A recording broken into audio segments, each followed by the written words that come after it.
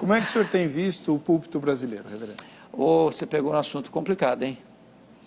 Eu acho que nós vivemos uma das grandes crises no Brasil, a igreja evangélica brasileira, com os púlpitos. Rasos, muitos rasos, outros que perderam a sua finalidade de transmitir com fidelidade a palavra de Deus. A maior necessidade da igreja evangélica brasileira é de uma restauração dos púlpitos, é de que os púlpitos voltem para as Escrituras, é que os púlpitos voltem a afirmar, assim diz o Senhor. Nós precisamos de um reavivamento nos púlpitos. Por quê? Porque se o púlpito não está aliançado com a fidelidade à palavra de Deus, quanto mais se prega, pior fica.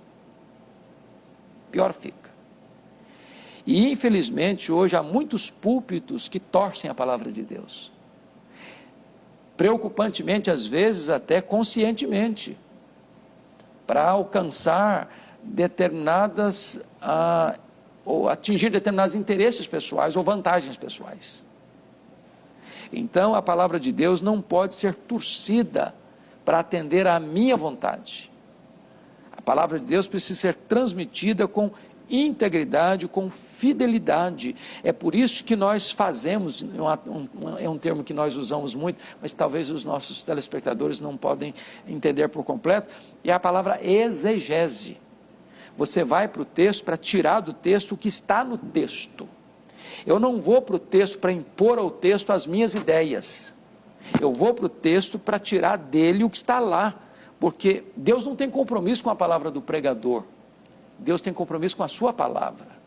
O que tem a promessa de não voltar vazia não é a palavra do pregador, é a própria palavra de Deus.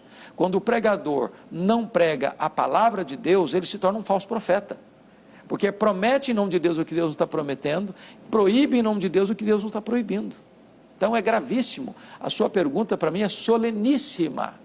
Nós estamos precisando de uma restauração, de uma reforma e de um reavivamento nos púlpitos no nosso país. E como fazer isso, reverendo? Porque nós fizemos isso, uma reforma na liturgia, principalmente na parte de música. Eu lembro quando eu era criança, a parte de música era muito desprestigiada na nossa igreja, cantava-se de forma arrastada, né?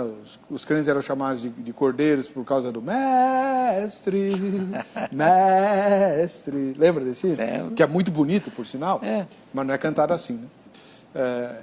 Então aí vieram os Vencedores por Cristo e outras bandas e revolucionaram a parte de música na igreja, às vezes até com um pouco de exagero.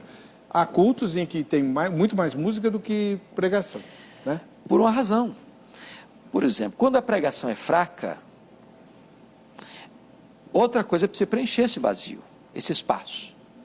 Então, você sabe, quando você chega numa igreja, eu prego em muitas igrejas, diversas denominações, eu chego, imediatamente eu tenho um diagnóstico, se esta igreja é uma igreja que está acostumada com um cardápio da palavra de Deus ou não.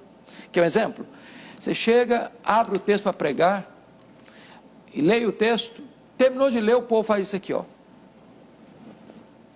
Você pode saber que essa igreja não está acostumada com Bíblia.